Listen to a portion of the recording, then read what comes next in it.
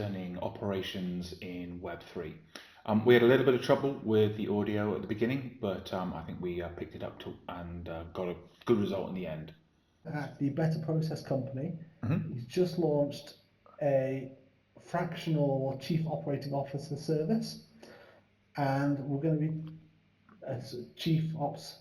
Oh God, sorry, chief operating officer service, and we're going to be talking about today operations, particularly in the realm of Web3, because as any of you guys who have worked in there know, ops in Web3 is generally a bit of a car crash.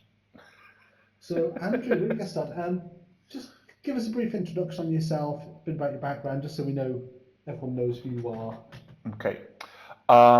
So my background, I have what is it, 20 odd years, 25 years almost in IT and technology. Um, I have spent most of that time working for various different software companies. Most recently, I've been working in a mix of iGaming and Web3 companies, those around doing crypto and so on. So my specialist area and the thing that's really sort of got me going in the last 10, 15 years is process and process improvement. So around the operational models and the way that companies and businesses actually operate, from the things to do with, say, incident management, customer support, KYC, obviously very important in both those industries, and anything to do with the way the operations of the company go. It's something I've seen companies do not so well, more often than not, and there have been cases where I've seen companies do it very well, but usually there's more problems than there are successes.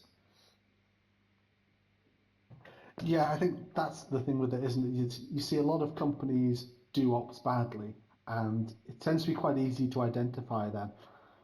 But so, where have you worked in the past? Are there any sort of particular companies you've worked for, either in operations or outside of it, where you've thought this is a really good example of how things should be done, or conversely, maybe without mentioning them, any way you've thought, oh God, this is a mess? Yeah, I'm not going to mention any names. No one's getting thrown under the bus tonight. There have been some fairly horrendous examples, but I've worked at small companies and large companies. I worked for a very large three-letter tech company. They no longer use their original name as the letters, but I've been moved was a fairly common version of that. And I saw quite a lot of bad process there. I've also seen it at small companies. I worked for a number of startups that didn't really get it right. They tried, but usually they fail. And there's good reasons for that. And I'm sympathetic to it, because as a company starts, they're focused on building the product, getting customers, getting some revenue.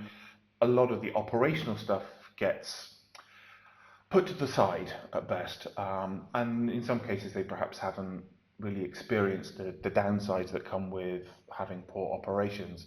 And so you do see that that's where you tend to see the issues. So, you know, a good example of a good process.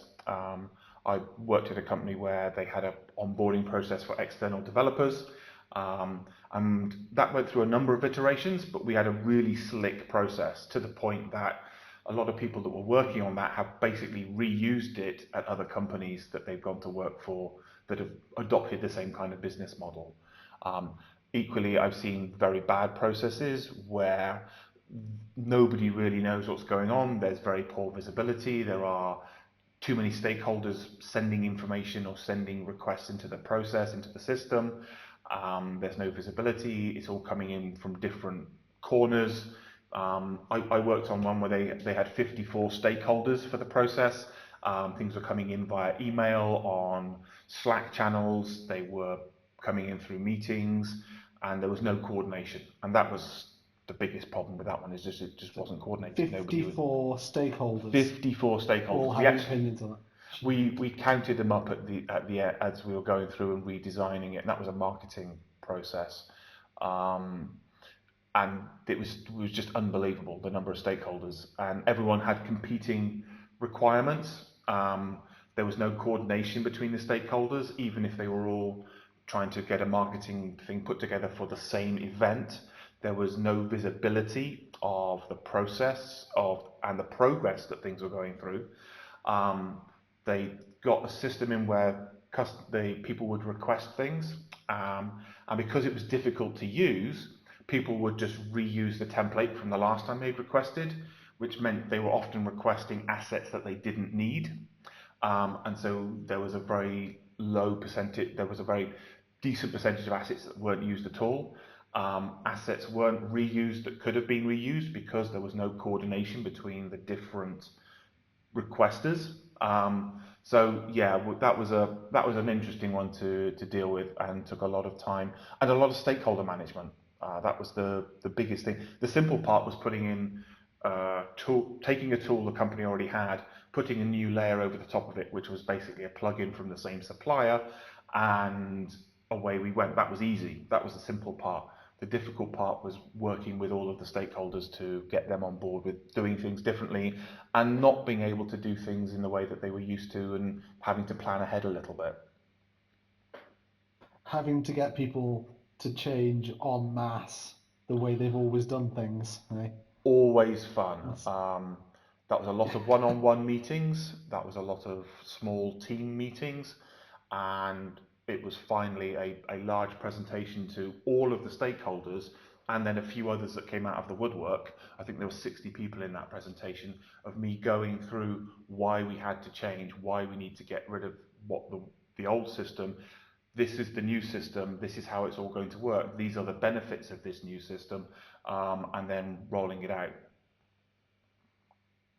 I mean, I don't think in the last 3 or 4 years I've even worked with a company that's had that many people in it. But so, I mean, your background obviously extends quite far before the time of blockchain and DLT and Web3 that we're now in, and you've now made the move into the space. So, what sort of differences do you see in the issues that companies are facing between the sort of newer Web3, blockchain, DeFi ones, and those in the more traditional markets, maybe the more established companies that I imagine you still do get quite a lot of work through?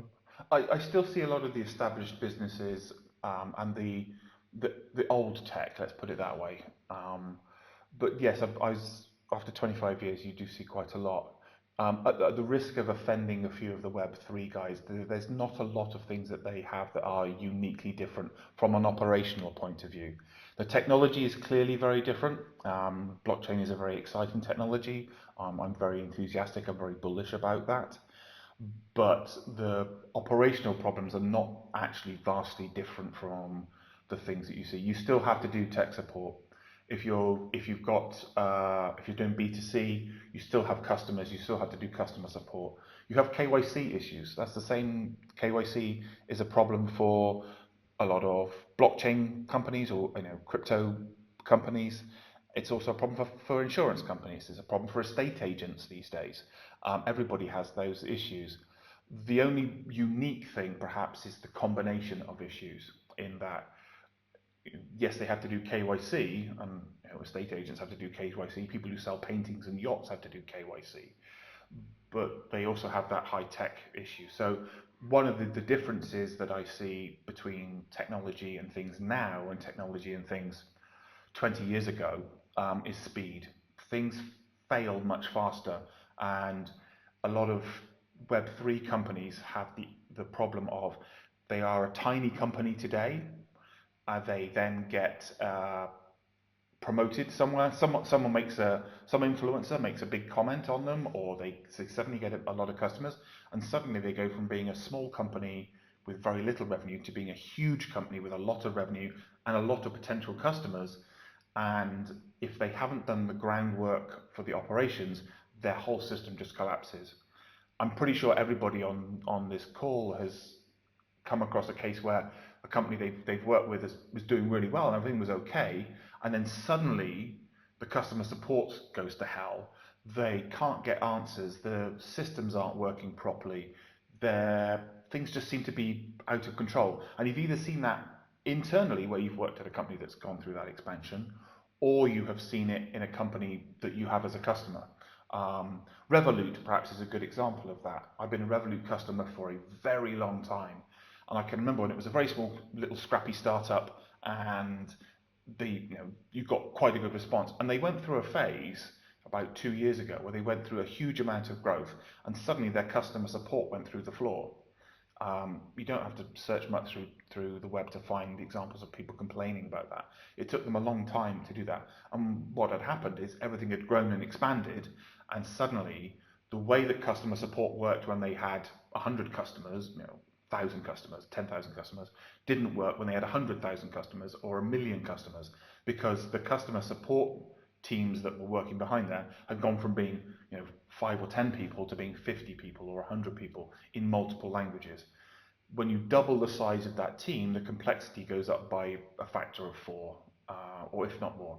So that's the kind of issue that we can work on. And if you are at a startup, I would implore you to not just have a marketing plan and a product roadmap, but actually think about your operations. And actually, even if you just have some ideas written down and some thoughts written down on how you're going to do customer support, how you're going to scale that as an example, it will go a long way to mitigating those kinds of issues when you start to grow. And that's what you want to do after all. We all want companies to grow.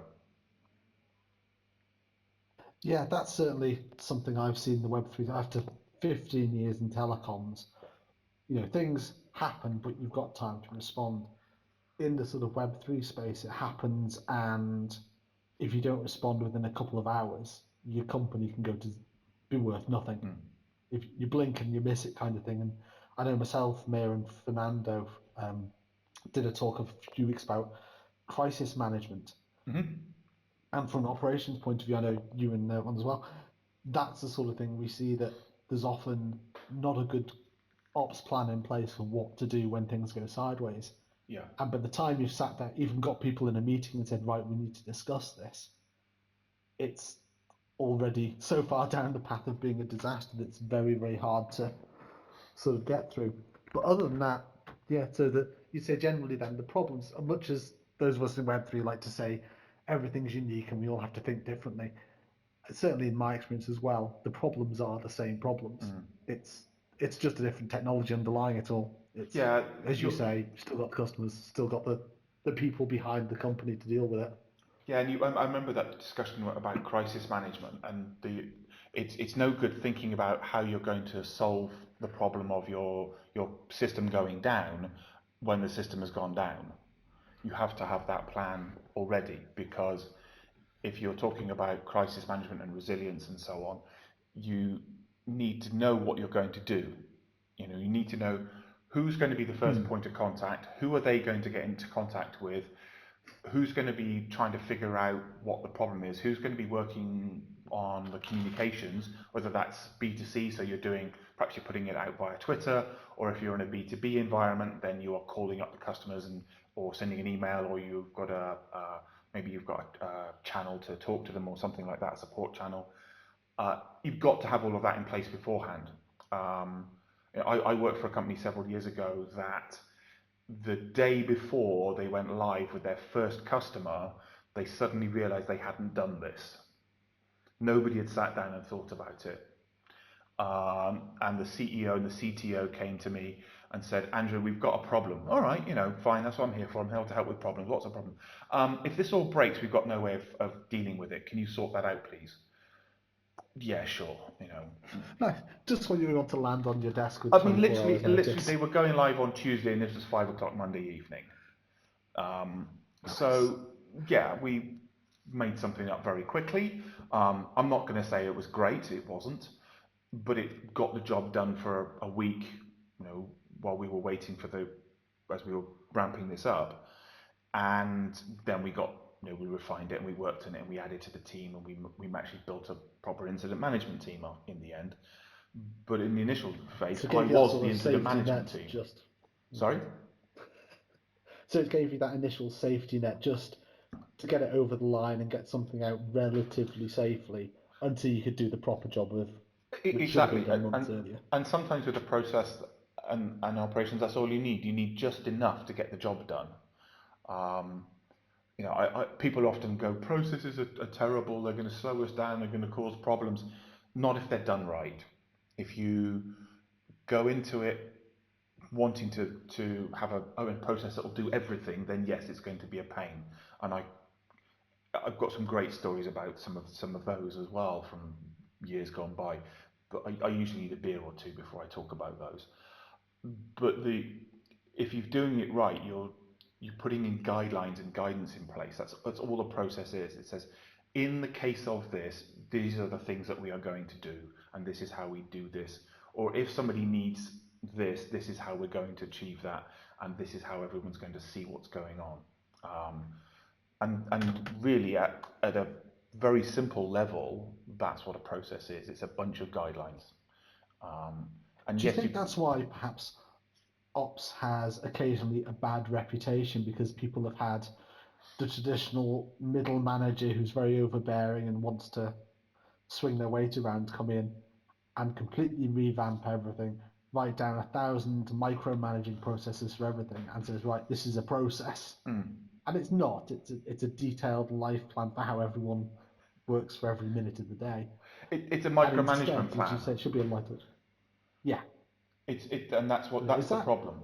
Um, I am when I've managed teams, I am a very hands-off manager, and I create very hands-off type processes. I apply the same philosophy because you just need enough to get the job done, and it doesn't even need to cover every possible scenario that you can think of. Um, it's very easy to sit down in a room with a bunch of people and come up with every possible conceivable way that something might happen or things may go wrong in this workflow or to achieve this goal. KYC is a good example for that. But you can't cover everything. So the goal is to cover 75-80% of the tasks that will come through. And then you rely on having some guidelines in place, having some training in place, having some intelligence in there to say, okay, in this situation, we should do this. And just enable the communication. A good process won't cover everything that could possibly happen because, apart from anything else, that's impossible. But it will also not necessarily cover everything that you can possibly think of just because it's not practical to do that, and you then end up with an overly detailed process and something that's no use to anyone. It's impossible to use, difficult to enforce, and there's of no flexibility to deal with things that change and new situations.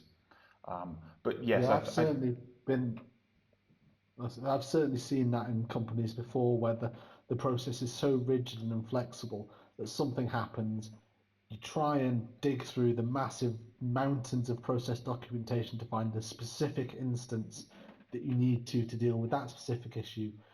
And it's not there because, as you say, you can't cover everything 100% of the time, and then people just fall to pieces.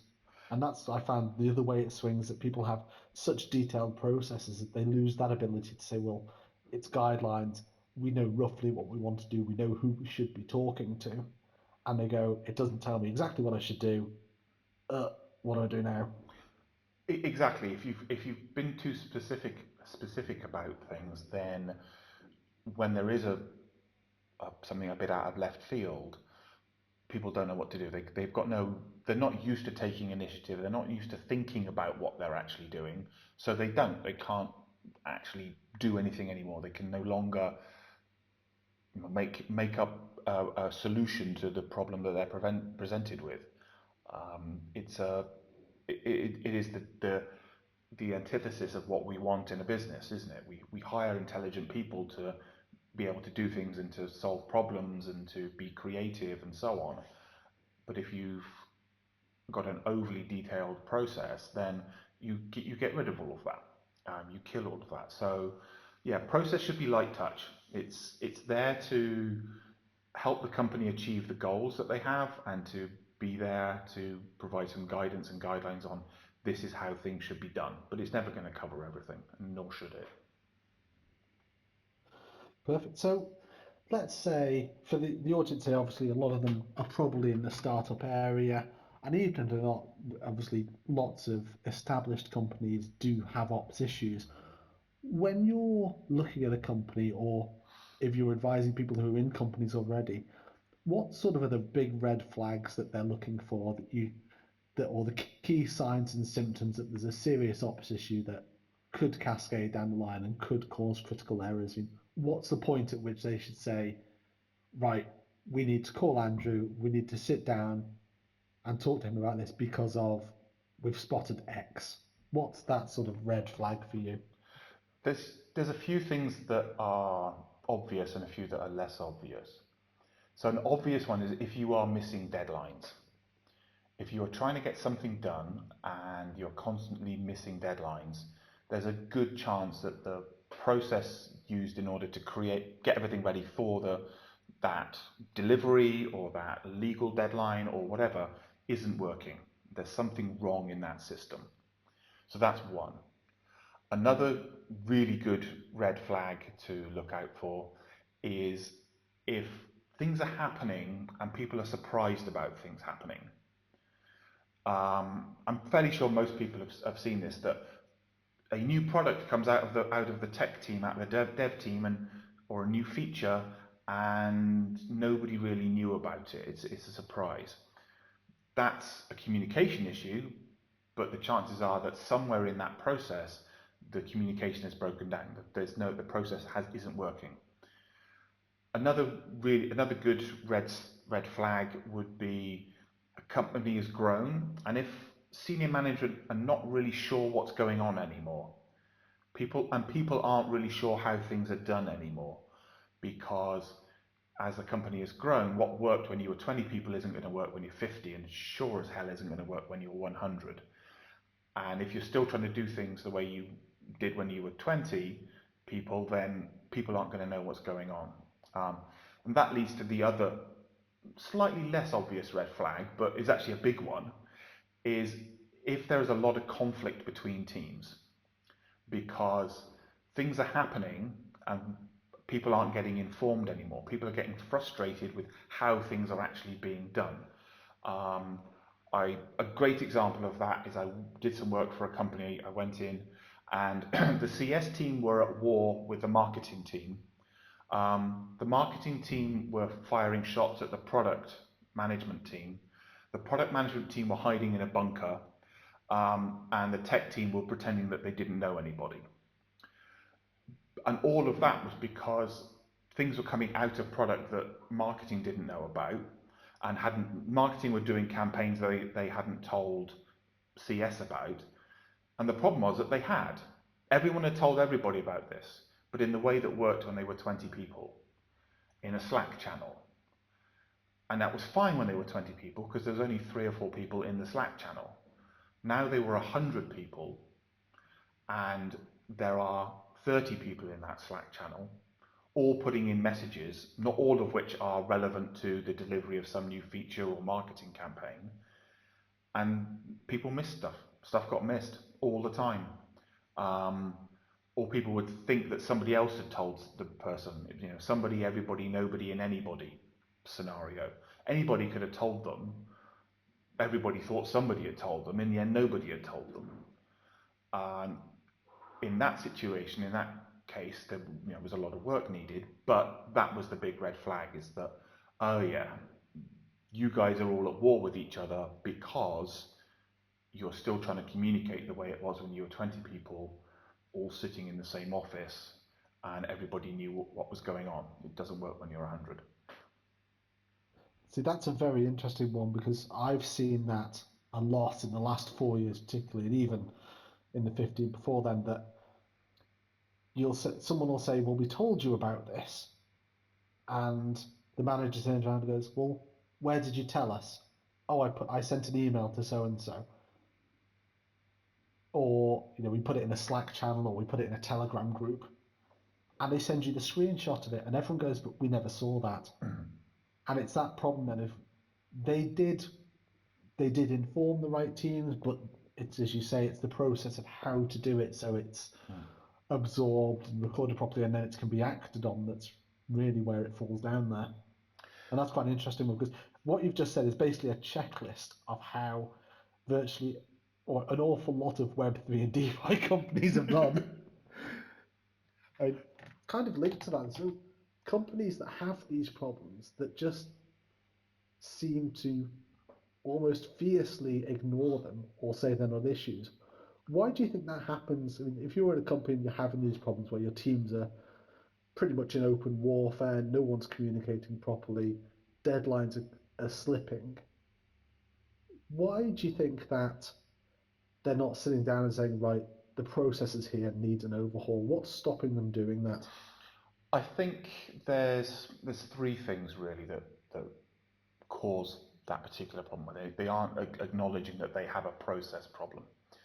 The first one is that it's once it gets to that point that you've definitely then got a blame culture going, and people are blaming each other for all of the problems. So it's hard to get people to actually take the half step back needed in order to calmly look at things and say, actually, I don't think it's Dave's fault. I don't think it's Dan's fault. I think there's a systematic problem here. So that's the first one. The second issue is that people are not necessarily aware of ops and process. And I realize that's perhaps an odd thing to say, but unless you actually sit and think about it, and people don't think about ops. I mean, it's part of the reason you have these problems in the first place is that ops is like the forgotten red-headed stepchild of the tech world. We're almost as ignored as accountants. So there's that people just don't think about it. It's not top of their mind. And the third reason, which is sort of related to that, is a lot of people don't have the skills for it. Um, when you're building a company, you hire brilliant developers, you get awesome marketing people, you get somebody to run the numbers, you get an accountant in the background, you'll get some great salespeople, you'll get an SEO expert, you'll get people to do all of those things that are going to grow your business. And they are all things that add value to your business. And you can, when you're going to your funders or you're going to your shareholders or you're trying to get investors, whatever the path you're going down is, you can say, well, we've got this great marketing team. Look at the stuff they can do. We've got this great technical team. Look at what they can build. Ops is a cost center. Ops adds nothing to the quality of the code that comes out or the awesomeness of the marketing operation, for example. So people don't necessarily have that skill set. It's not they aren't people that think about ops and they don't necessarily have the skill set to deal with it. So if it's not something that you have any expertise in and it's not something that you think about, then it's not something you're going to consider as, oh, this is why we have a problem. It's almost the reverse of, if you've got a hammer, every problem is a nail.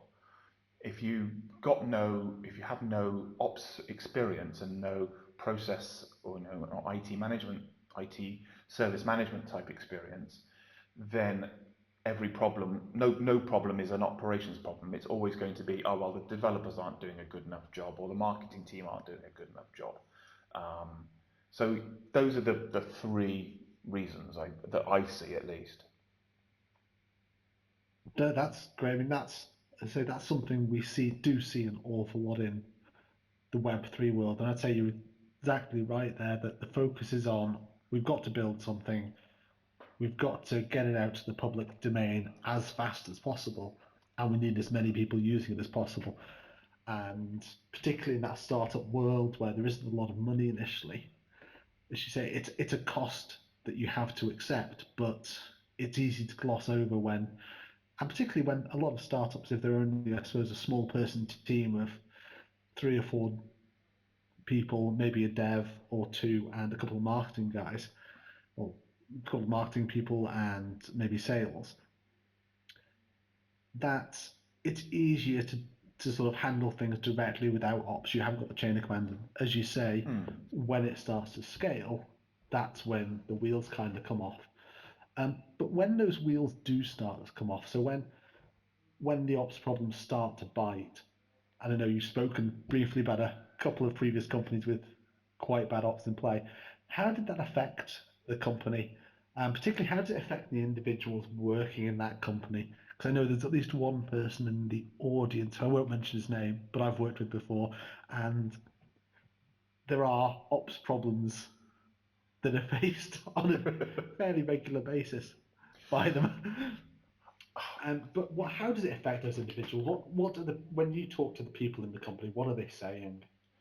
It creates an enormous amount of frustration because in two different ways. The first one is the friction between different teams, which causes stress and frustration between the teams, and then that leads to the all-out war that I described earlier. The other way that it creates frustration is that it's it's almost soul destroying to be trying to work against a system that is actively or passively working against you achieving your goals. So you will be given goals and targets and metrics that you have to measure by your management and by the senior management, and those will lead up to the company goals, the overall goals for the whole business. The the frustration comes that what is then set up in order to try and achieve those goals doesn't work. Um, if you're trying to deliver awesome marketing campaigns, to grow the customer base by 50% or whatever the number is, if you haven't got the structure in place to achieve that, it's going to be like walking through soup. It's going to be like walking through treacle because it's just going to be such hard work all the time to try and get anything done if the structure isn't correct.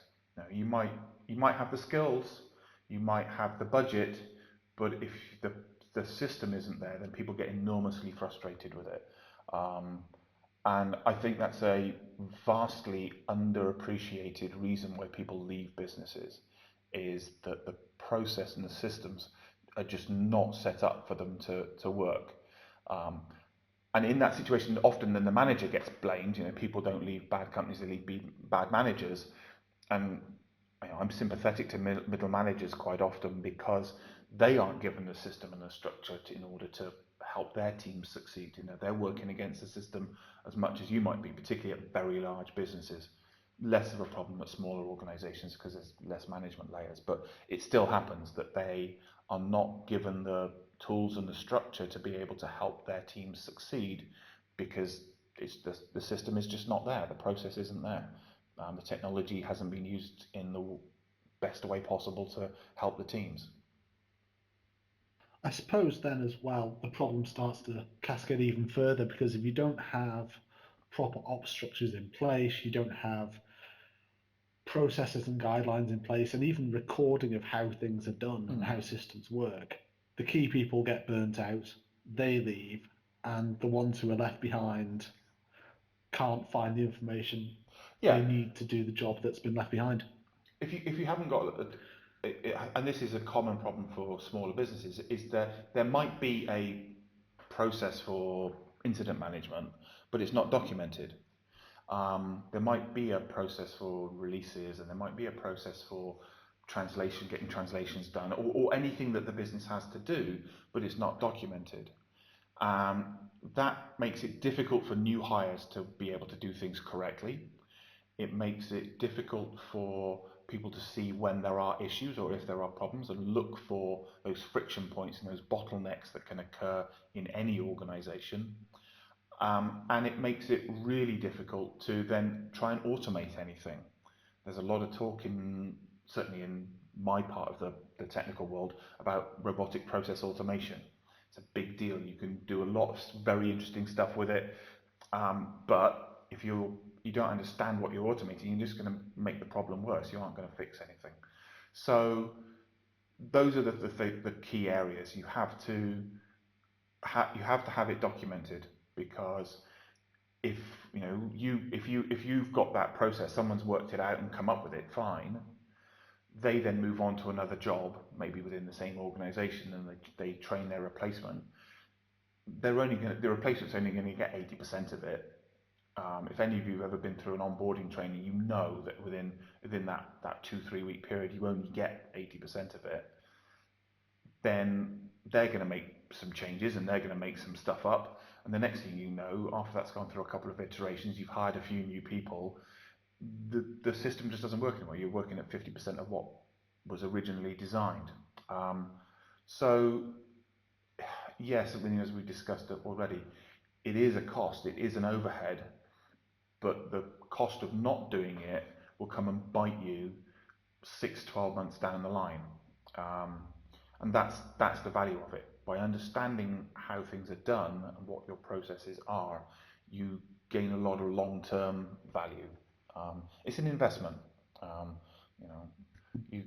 The, I suppose it's a mindset thing as well that a lot of, particularly again in Web3 and DeFi, they are, because of the speed of the hype cycles and things, they do tend to be very short-term focused. And with the ops stuff and the processes, and it tends to be that longer-term thinking. It's not so much what's going to happen tomorrow or on Monday or next week. It's that shift of mindset to, right, we're in 2023. What are we doing in 24? What are we doing in 25? How scaled will we be? How many staff will we have? How many customers will we have? How will we be handling things then? Because it's very easy to say, yeah, but we're okay now. Yeah, I mean it's kind of what we were saying earlier on, isn't it? That even at the startup phase, even if all you do is sit down and have a couple of hours thinking about how you would like to do this and how you want to do this and what issues you might face as you scale up, you're in a much better place than most of your competition because they don't do that. And it is a question of having that longer term thinking. And I completely understand why, as a startup, you're focused on today, tomorrow, next week, and that's as far as you go.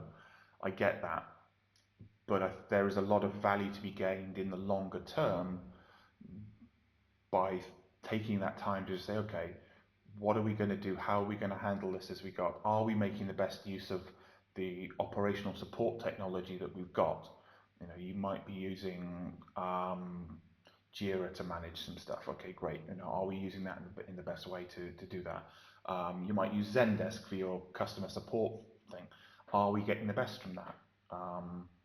You know, what are we going to need to change to that if we start offering support in different languages, as an example? So just taking a bit of time to think about it and jotting it down somewhere will pay dividends when you start to grow.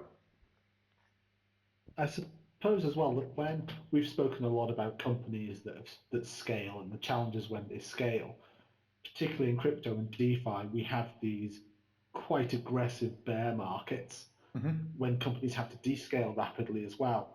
And certainly a lot of the ones I've seen that have failed haven't handled it, and I assume that looks like an problem as well, that they haven't got the processes in place. So when they start to roll back the staff, they don't know which staff are really key, what positions are key, and what the processes are that they need to be handling more Yeah, and that's sort of certainly. managing as they scale back. I mean, that's certainly an issue. You've got to look at a lot of the companies recently that have done some fairly significant layoffs in many different industries. I mean, there's reports of people. Twitter is a good example here, I think, where people got laid off and then they sort of actually, oh, you know, we need that person. That their experience and their position is crucial. And that just comes from not understanding how everyone fits into the overall workflows, what people are actually doing. Um, and that is largely due to managers not taking enough interest in, okay, how is this actually being done? What is actually the workflow here? What's the process? Where does all this stuff come from? Where's it all going? Who's doing what? Um, so yeah, it is something of an operations issue, and from the perspective of not really understanding how things are being done. And I think that comes from what I was saying before about managers not necessarily having those skills. Um, Tech companies are very good at hiring brilliant people to at the beginning and then promoting them to be managers and middle managers and so on. And they don't necessarily have the right skills to be in that position. And if the company has not supported them to get those skills, in both in terms of operations in my things and how their teams are actually operating, but also the soft skills of people management, then when things go wrong, when things have to shrink back down because it's a bear market, those people aren't really sure. Those people probably stay because they've got the relationship with the founder or whatever, but the actual who's doing what anymore and who actually really understands how everything works, because that will have changed, those people are perhaps not as their position is not as well understood, let's put it that way. It's certainly something I've seen on the dev side, particularly that I've worked with a few projects and come to the past where the devs are very, very good developers. They go to senior dev and then they kind of hit a pay cap, so they make them a solution architect or they put them into that sort of managerial technology role. And I remember having a conversation with one company and they said, "Oh, we've got to have this guy as the solution architect because he's been here so long and he's so experienced at the dev side that we can't pay him more than a solution architect." And I went, "Well, why not? If he's that good a dev, pay him more than your CTO." Because it's a completely different skill set chain and completely different set of approaches they need to solving problems. It's a totally different mindset, and I think if you're going to be a manager, that's a set of skills. Just because you are a good technical person doesn't mean that you should go into management. And I don't think people should be pushed that way. I see nothing wrong with the best developer being at a company, particularly if it's a tech-based company, being one of the highest paid people at the business. If they really are that good and they really do add that much value in terms of their developer skills, why not pay them what you know that? Um, there's no reason that shouldn't be the case. I have seen that companies have backed away from doing that, and I have seen companies not pushing people to become managers quite so much, which is great, but it still happens. Some people are just not meant to be team leaders or management. They are very good at what they do, and they should be left to get on with it. Particularly if they're happy doing it. That's one thing I have seen, a lot of unhappy middle managers who were very happy in the roles they were doing and then kind of fell into that role.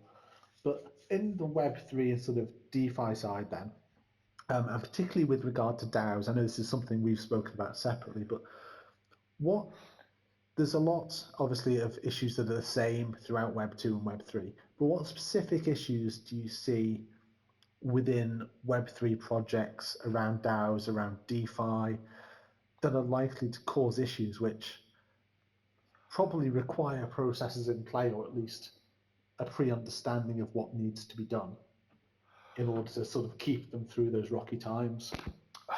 Um,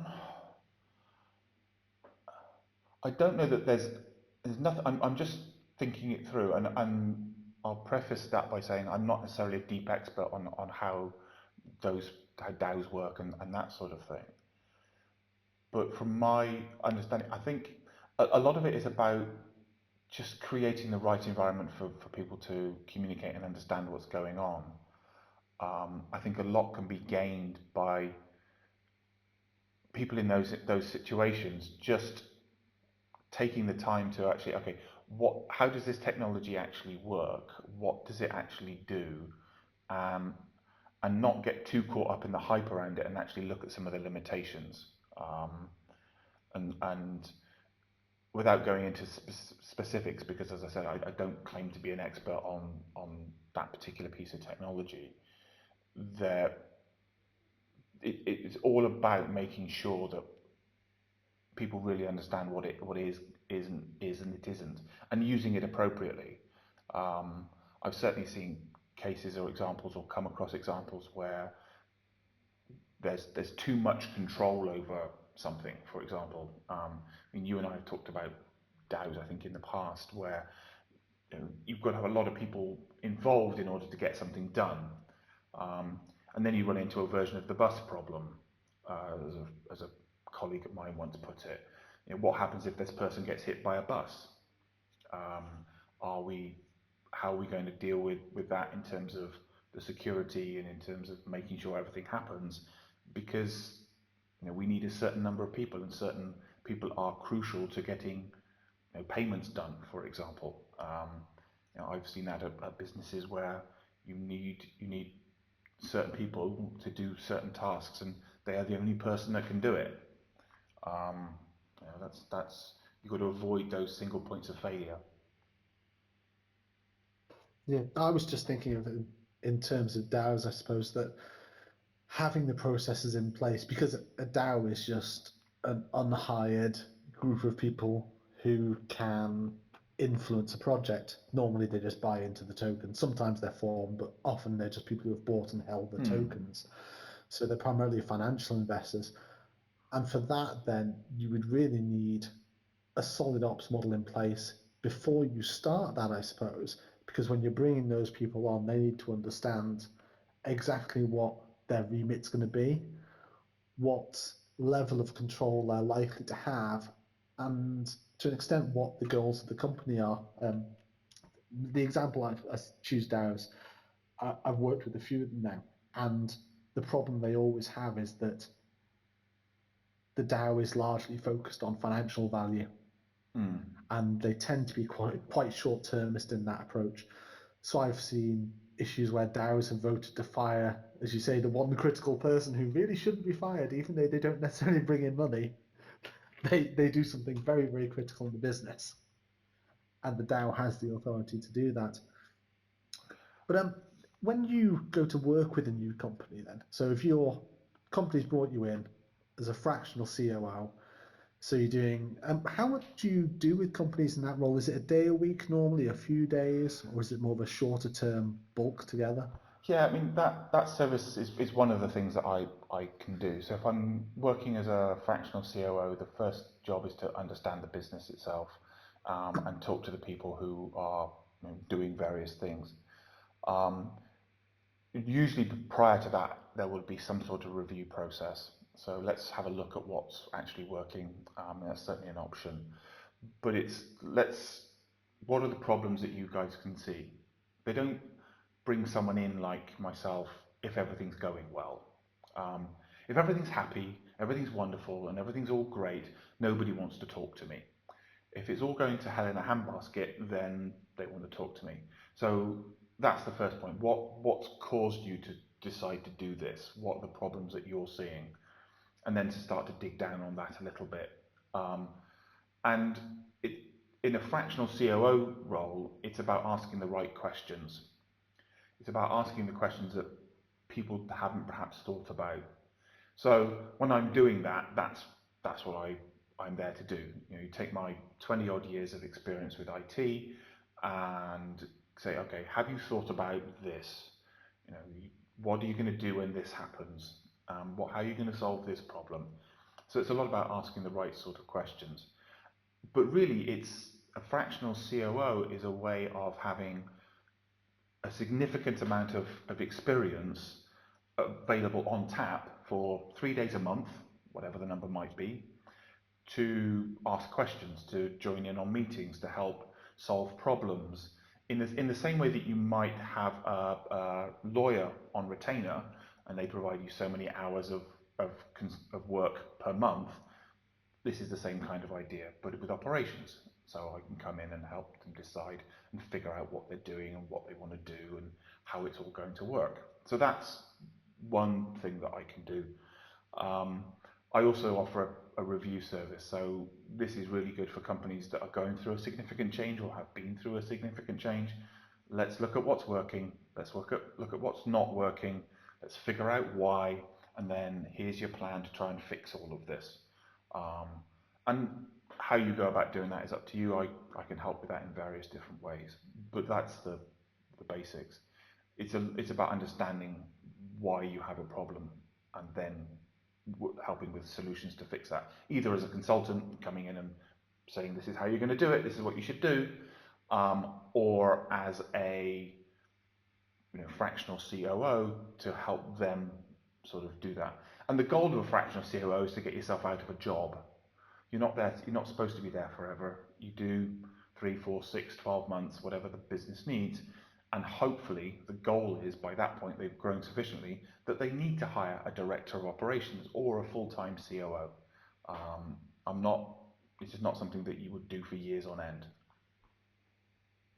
I suppose that's the problem with being the professional problem fixer. Once the problem's been fixed, you have to go and find someone else who's got a problem.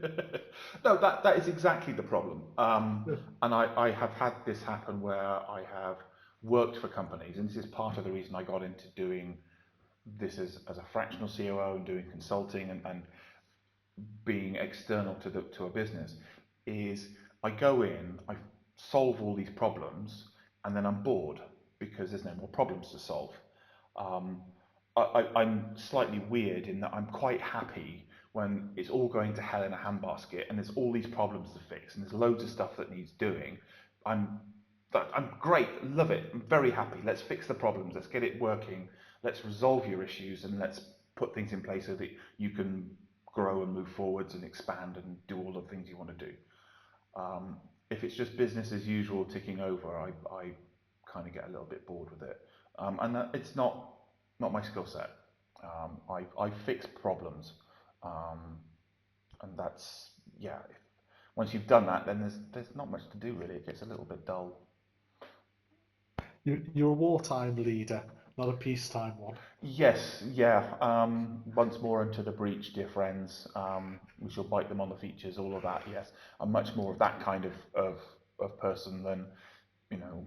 Let's you know just keep things ticking over nicely. Thank you. So I can certainly see why you chose to make the move into Web3 then, because yeah, there's a lot of these sort of ones there. I know we've spoken about them a few times offline. Um, but what sort of something we've not really discussed is why did you choose to make the move into Web3? Was it just because you saw so many companies here were having these issues and weren't fulfilling their potential, or was there something about the technology that brought you in first? I got really interested in blockchain technology ages ago. I mean, more than a decade ago now. And I personally, I think blockchain technology is really cool and really interesting. I'm less excited and interested in cryptocurrencies and NFTs and that, but I think the technology has some really interesting and very cool and very great potential. Um, I think cryptocurrencies are a bit of a distraction, which I realise may not endear me to everybody in the audience. But I'm a big fan of blockchain technology. So that was the first thing. The second thing is looking at a lot of the companies in that sphere, they were doing a lot of the same tech mistakes and operational mistakes that I'd seen done elsewhere, whether that was in online gaming or in SaaS tools or other forms of IT that I've had exposure to in my career. So that was part of it. Like, okay, there's definitely some issues here. Um, and the third reason is you know there's the opportunity. Um, I like solving problems. It strikes me that in any new industry you are going to have interesting problems to solve. Some of which will be interesting versions of things I've seen before. And I feel like I can add a lot of value there because I've got this experience in IT, and the issues that a lot of Web3 companies are facing are the same as other IT businesses. They just happen to deal with them faster, as we were discussing. So, one last one before we wrap up, and again, it's not something we've really discussed, but when when a company realizes they're having these problems, who is it who tends to get in touch with you? Is it when they've got to the stage where the CEO or the founder has finally thought, actually, this is a major issue, or is it often that someone lower down the chain? Because I know when you've spoken, you've said you'll try and speak to the people who actually the boots on the ground, the developers, the marketing, and the various teams running the processes. But do you find that CEOs and founders are often quite resistant to this idea? Or do you find once someone says to them, this will help you make money, they sort of go, okay, then we'll do it. I generally find that the it is someone fairly senior that brings me in. Um, Now, whether they've done that because someone lower down has nagged them about it or mentioned me to them, I don't, I don't always get a good sense of that. Um, but usually it's a founder or some senior executive who's had a look at it, perhaps seen some of the stuff that I've posted on LinkedIn or elsewhere, and gone, yeah, maybe well, it's worth having a conversation. Um, I'm always willing to have a conversation with people, and if anyone on the call, wants to have a discussion about operational excellence, I will happily have a chat with them. Um, but it's usually that sort of person that brings me in, someone at that level. CFOs are a good example. They are often looking at things and going, this isn't working right. Why are we not getting the value from this that we would expect? Um, and the modern CFO is a much more holistic role than it was 15, 20 years ago when they were, basically a senior accountant. And they are much more involved in how the business operates and looking for efficiencies in the business. Because they want to double the size of the business, but they don't want to double the head count. And a good way of doing that is to make the operations much more efficient. So sometimes those are the folks that get in touch with me. Nice. So just before we wrap up, is anyone who's listening in, any questions from you guys? Anything you'd like to know in particular, or something you'd like us, Andrew, to sort of drill down into a bit more? I mean, to be honest, Andrew, this has been really eye-opening for me. Obviously, I've spoken to you a few times. We've met at ICE, and yeah, it's exactly the sort of things that when you're talking about them that we see so much. And even to say, back when I was at Manx Telecom, these are exactly the problem. And the symptoms you spoke about are exactly the symptoms we used to see just before, a couple of months before things started to get particularly bad. Mm-hmm. I suppose that spotting those, the ability to spot those symptoms early and say, right, we know what's causing this, we know what's likely to be causing these things. Yeah, I Let's look can at the usually ops. start We're to doing. figure out the possible problems of where there is a good chance you've got an issue within a half-hour call. It's So usually not that what's difficult. yeah. So I've popped a link to your website on this event just in the comments. So anyone wants to can go have a look at it there. What's the best way for someone who's thinking either you're starting a company and you want to make sure this is all in play early, or you're in a project and you're thinking, yeah, these are the things I'm seeing happening. This is exactly what we're going through now. We need to put a stop to it before it completely derails us. The What's the best way for them to get in touch with you? Probably the easiest way of doing it is I do have a Calendly system, but I'm not its biggest fan. Is we're on LinkedIn. Connect with me on LinkedIn. Send me a message. We'll find a time to have a conversation. I am always happy to have a half-hour chat. Let's see if it's something that I can help with, or I can point you to someone who can help. I very much believe in working my network and connecting people if that's the right thing to do. So yeah, get in touch, message me through LinkedIn, and let's talk about it. Let's find a way to try and stop these problems before they become too serious. Perfect. Well, thank you so much for joining me today, Andrew. I know you were one of the first people I really wanted to get to do a LinkedIn Live with, and it's great we finally had the chance to because, as I say, anyone in Web3 who's worked here for more than a couple of months will have seen these problems, and chances are, if they're in any sort of company for more than a few months, they're going to see these symptoms cropping up from time to time. So personally, I find it really, really useful and very interesting, Well, which is not something you expect to be said about ops. no, I mean, as you said in your pitch for the call this evening, it nobody considers ops sexy. And I do view it as the sort of red-headed stepchild of almost of the tech world, but it does make a difference.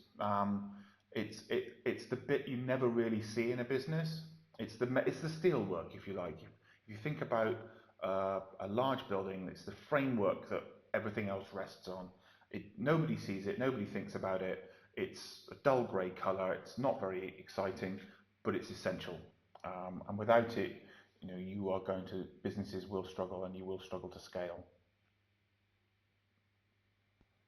Very true. Well, thanks so much for joining us again. Thank you to everyone who's been listening in. I hope you've all found it useful. Thanks, Follow everyone. Andrew, connect to him. Thanks to Dan for inviting me.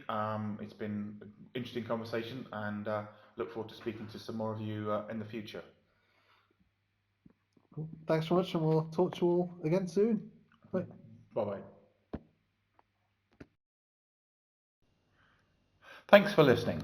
I hope you enjoyed the last hour of discussion around operations for Web3 startups and scale-ups. If you'd like more information or to have a more detailed discussion about your specific needs, contact me at the information above.